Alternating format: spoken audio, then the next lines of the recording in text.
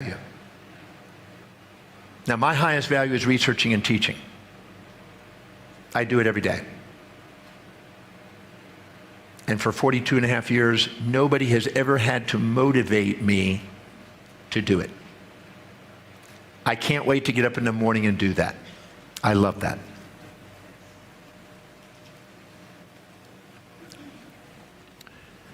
This highest value, because it's inspired from within, it's intrinsic.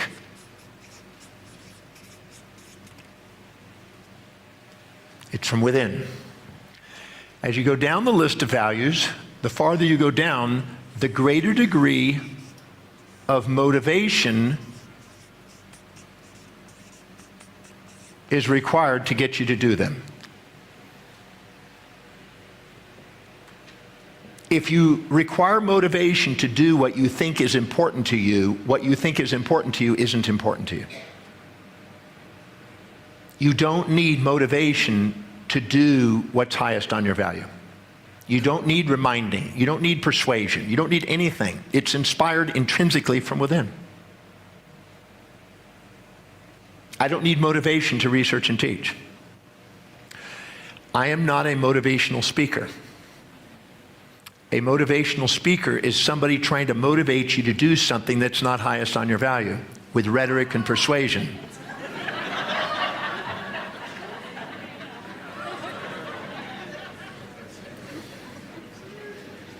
I'm an inspired educator. I educate people on how to live congruently with an inspired life. I am interested in one thing: helping an individual get so congruent they never need motivation again. How many of you understand what I'm saying? So these lower values become extrinsic.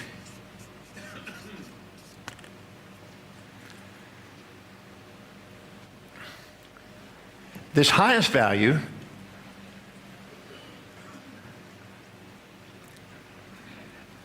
in theological terms has been called the calling. So to people who are exploring the metaphysical and esoteric world of the theological and philosophical, it is sometimes called the calling within. You feel that it's what you're ordained to do. The ancient Greeks call it the telos. The telos means the end in mind. Napoleon Hill called it the chief aim. The chief aim is the thing you have a burning desire to do. The burning desire is another name that you have enthusiasm to do it. Enthusiasm means entheos, the God within. You feel inspired from within and feel called to fulfill that telos. I'm a teacher. I had a vision to be a teacher at age 17. That has never left my sight.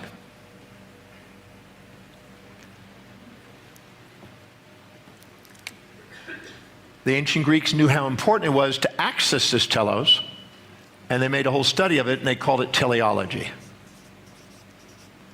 Teleology is the study of meaning and purpose.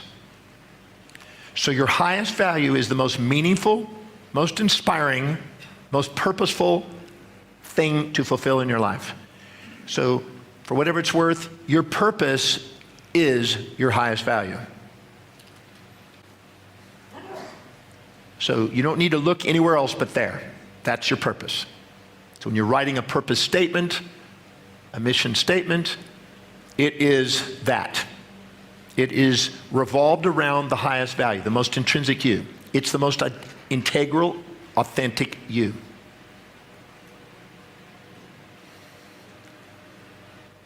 So this is where you are automatically, spontaneously inspired, where you have most meaning, you're most fulfilled, you're most present in your life. As you go down, you have less degrees of fulfillment. And you require incentives and motivations to keep making you do it because it doesn't mean too much to you. 10-year-old boys who love video games don't need to be reminded or motivated to do their video games. They may need to be reminded or motivated to do their cleaning of their room, doing their homework, these kind of things. But they don't need to be reminded to do what they love to do.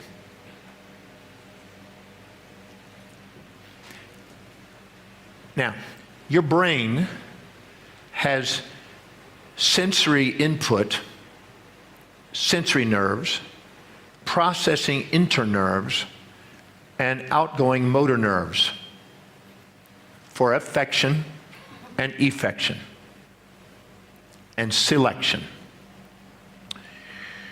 But it also has specialized cells called glial cells. Glial cells are specialized cells in the brain that outnumber the nerve cells and are involved in neuroplastically remodeling the brain. So maybe you can write this. Your brain is a telos seeking and fulfilling organ. Your brain is a telos seeking and fulfilling organ. I just had a noted neurologist with me in London who his light bulb went on when he listened to this presentation the other night.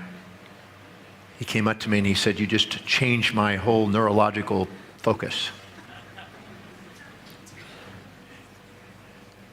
Your brain is a telos fulfilling organ. It is doing everything it can to assist you in fulfilling your telos. Let me explain. Because you have a hierarchy of values, let's say that you are a mother who has a hierarchy of values where your children, your 3 children under the age of 5, is your highest value. Taking care of those children. Being a great mother. If you walk through the mall, maybe the Santon Convention Center or some mall, if your highest value is your children, when you walk through the mall, you will spot children's items, children's clothes, children's entertainment, children's education, children's health. Anything that's going to help you fulfill what you envision for your children, you will spot in the environment selectively biased attention to notice things in the environment. You can sleep through a freight train, but you'll wake up at the whimpering of a child. Because your telos and your glial cells selectively bias what you attend to and notice in your environment. So you're selecting things according to your telos, your highest value. So your values are governing the remodeling of your brain. So if you walk in a mall and you see things that are related to the children, every nerve ending, eyesight, touch, sound, any nerve sensory input that helps you fulfill the telos, the glial cells will myelinate those nerves to enhance the conduction, neurogenically stimulate the nerves to multiply to enhance more reception. It'll bring nutrition to the cell to make sure that the reception is most smooth, and it will remove any cell that interferes with it, like it removes tree branches from anything that doesn't reach to enlight. Your brain is like an arbor or a tree trying to have enlightenment, and what is enlightenment is what inspires it most. So the brain is literally remodeling itself through the glial cells, according to what fulfills your highest value. Every decision you make in the interneurons and every action you take also is selectively biased, retentive, and intentive. That means you're constantly remodeling those nerves that are now acting. So if you have children and your highest value is children, you will eventually master the skill and it'll go almost unconscious in the ability to handle those children. The husband, let's say if that person happens to be an entrepreneur and he comes home and that's not his highest value, his children, but his businesses, he will not have the smooth, articulate ability to manage those children as much as the mother. So your sensory, your decisions, and your motor functions are enhanced in the area of your highest values. So your brain is modeling itself and pruning itself to maximize the fulfillment of your life. It is trying to help you be integral and authentic. It is doing everything it can. And anytime you're seeing things that you perceive not fulfilling your telos, where you feel futile, helpless, hopeless, you have the part of the brain, the glial cells, demyelinate the area and bring away the nutrition and prune away the brain. So your brain is dying when you're not fulfilling your telos. And people who do not have meaning and purpose and inspiration and fulfillment, because they're not committed to fulfilling their highest value, their brains gradually decay and deteriorate. And people, even with Alzheimer's condition, if that individual has the capacity to identify what's truly valuable and gives them things that are meaningful and challenging and yet inspiring to them, they can forestall that deterioration. We have a purpose to fulfill at any moment in time according to the hierarchy of our values. And every organism that fulfills that telos flourishes. And any organism that's not fulfilling its purpose self-destructs. So the atoms and the molecules and the subatomic particles of that organism will be released into the environment to those who will fulfill the purpose. To those who have, more is given. To those who haven't, more is taken away. When we are fulfilling our mission, we feel fulfilled, more is given to us. We start to synchronize and attract opportunity to us. Because we can spot opportunity, make decisions, and act on it. So our perceptions, our decisions, and our actions are based on our telos, our highest value. Raise your hand if you're with me so far. So we have, in a sense, a selective biased attention, a selective biased retention, and a selective biased intention here. And we have attention deficit disorder here, retention deficit disorder here, and intention deficit disorder here.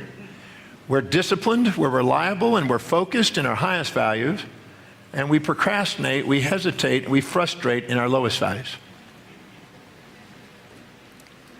I don't cook. That's not even on my value list. It's beneath. The last time I cooked, I was 24 years old. To save lives. I don't drive. I've only driven once in the last 24 years, going on 20. Yeah. You sound very uncomfortable. No, it's fine. If there's a position, it's fine. I'll move with it. You know, fella. Why went on the side?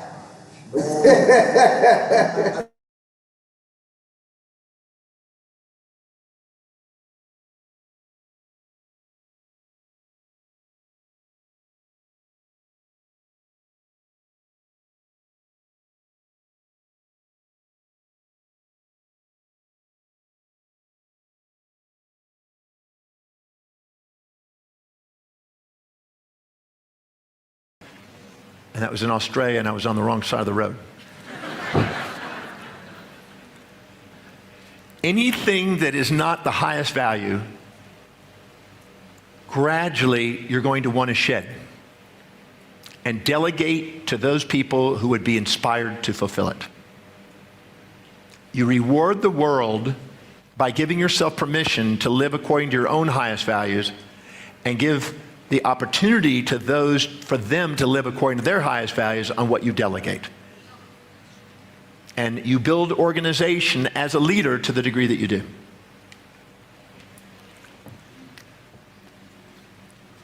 Now, if you set a goal that is aligned with that highest value, you have an increasing probability of achievement. Whereas if you set a goal that is based on the lower value, you have a decreasing probability of achievement.